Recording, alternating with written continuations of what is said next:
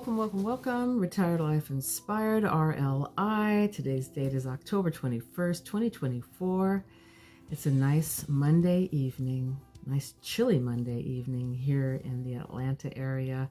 My name is Annie M. Thanks again for joining us. Do like, subscribe, and share. Like, subscribe, and share.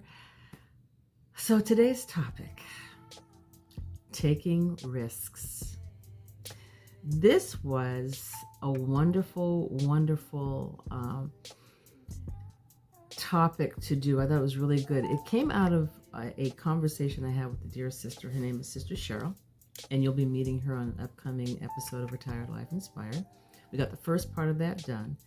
The second part was going to feature the corner that I'm going to call, or a little part of the episodes I'm going to be introducing, called Prayer and Fasting Corner.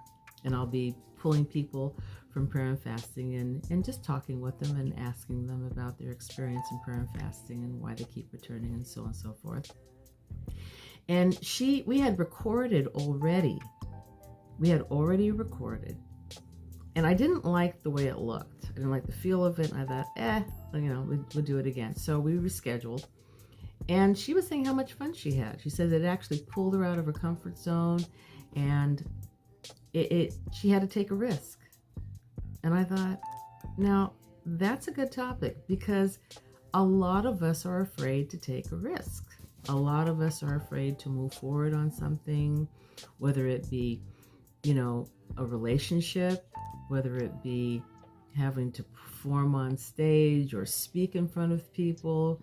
Ever get nervous about having to do an oral report in school, or whether it's coming online and having to do something in front of people that you don't even know. Put yourself out there, because there's so many critics, so many critics out there. She should have done this. He should have done that. I would have done it this way. Well, my response to that is, why don't you? Take the chance. But anyway, taking risks. It is such a part of life. And I found this really, really great article on glasses, please. This article that was actually entitled, where is it? How taking risks can lead you to a better life. And it's on a platform called GoodNet, Gateway to Doing Good. This is a pretty cool platform. This particular article, I really, really like it, because the way it's written, it's very clear, it's very reader friendly, for lack of a better description. It's got some great quotes in here. But I liked it. I think it would be very appealing for the person who just, it's the way it's expressed. The most nervous person, the person who's trying to avoid anything, could be encouraged by this article. It will be in the acknowledgments below in the description. You'll see it. Read through the whole thing. I'm going to read a portion of it because I like the way they communicated it. And just bear with me. Listen to this. And it's just, I like the way it was written. And there's this one quote by a Stephen Crane. Crane. I have no idea who Stephen Crane is. It sounds familiar, but I don't care. I just like what he said. Maybe you know who Stephen Crane is, but this quote is wonderful. But first things first, let me read a little bit of it. Many of life's greatest achievements require going outside of your comfort zone. Whether it means overcoming shyness to perform on stage, investing money to help your business, there's a big risk to let it grow, or putting yourself out there for a chance to find love.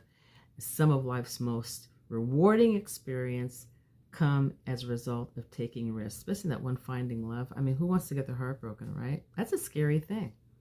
That's a big risk. All of them are, really. But however, many of us have difficult time dealing with the uncertainty that goes along with taking risks. A feeling of unease grows out of not knowing the outcome and the fear of potential failure. What if I embarrass myself? Things like that. But it goes on to say, answer that with another what if. I thought this was clever. What if the point of taking risks isn't the outcome, but the process in and of itself? All too often, we just want to get to the finish line, but we forget the journey that it took to get there. That's where all the gold is. In my humble experience, it was climbing the mountain. It was falling down the ditch. It was making a complete fool of myself sometimes. It was the hardest parts. It was the part that made me decide, I can't do this. Maybe I'll try a different tact. Trying this and finding that didn't work. This worked better. Refining it, all that. We missed the best part, the journey. We're so busy wondering, are we there yet? Asking that question, rather than looking out the window of life and taking in the scenery and all the experiences, good and bad.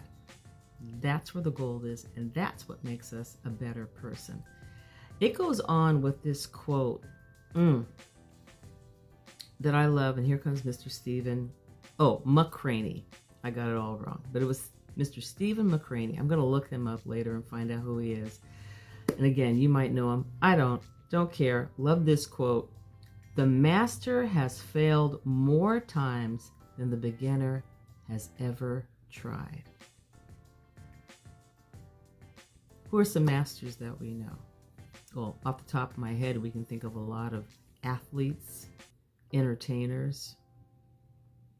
I don't care what genre of music you like. You know, there's some musician that you love, or singer, performer, that just blows you away.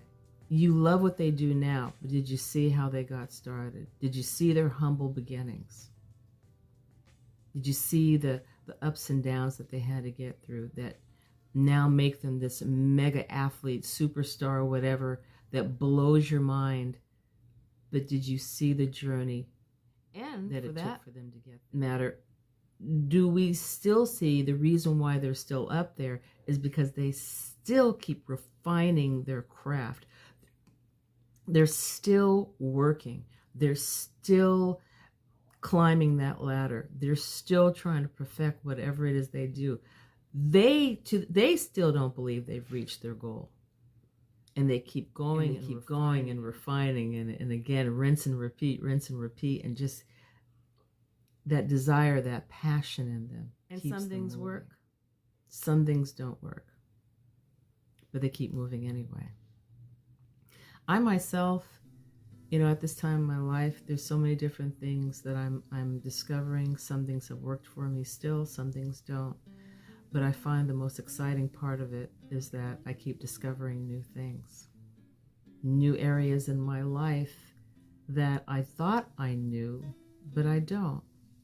Areas that still need work, areas that are strong, but why not tweak them a little more? Life is meant to be lived. Life is a journey in itself. Why stop now? In fact, there is a scripture that supports this. There's a number of scriptures in the Bible that even talk about never giving up. This one in particular got my attention. Galatians 6:9 reads, "And let us not grow weary of doing good, for in due season we will reap if we do not give up." So don't give up. Don't let that first failure or that second or 25th failure turn you around. Don't quit when you're just inches of making it over the goal. The best is yet to come. That's it for this edition of Retired Life Inspired. Thank you again for joining. Do like, subscribe, and share, subscribe, like, whatever order you want to do it, just do it. I really appreciate your support, and thank you for riding along with me as I take a risk with each episode to deliver something better, something more meaningful to each person that watches. And now, before I go, do remember to check out the article below, as well as prayer and fasting, which we're going to be talking about in the next episode with our dear Sister Cheryl, God willing. And without further delay, closing remarks from the Honorable Minister Louis Farrakhan. Thanks for joining us again. Peace.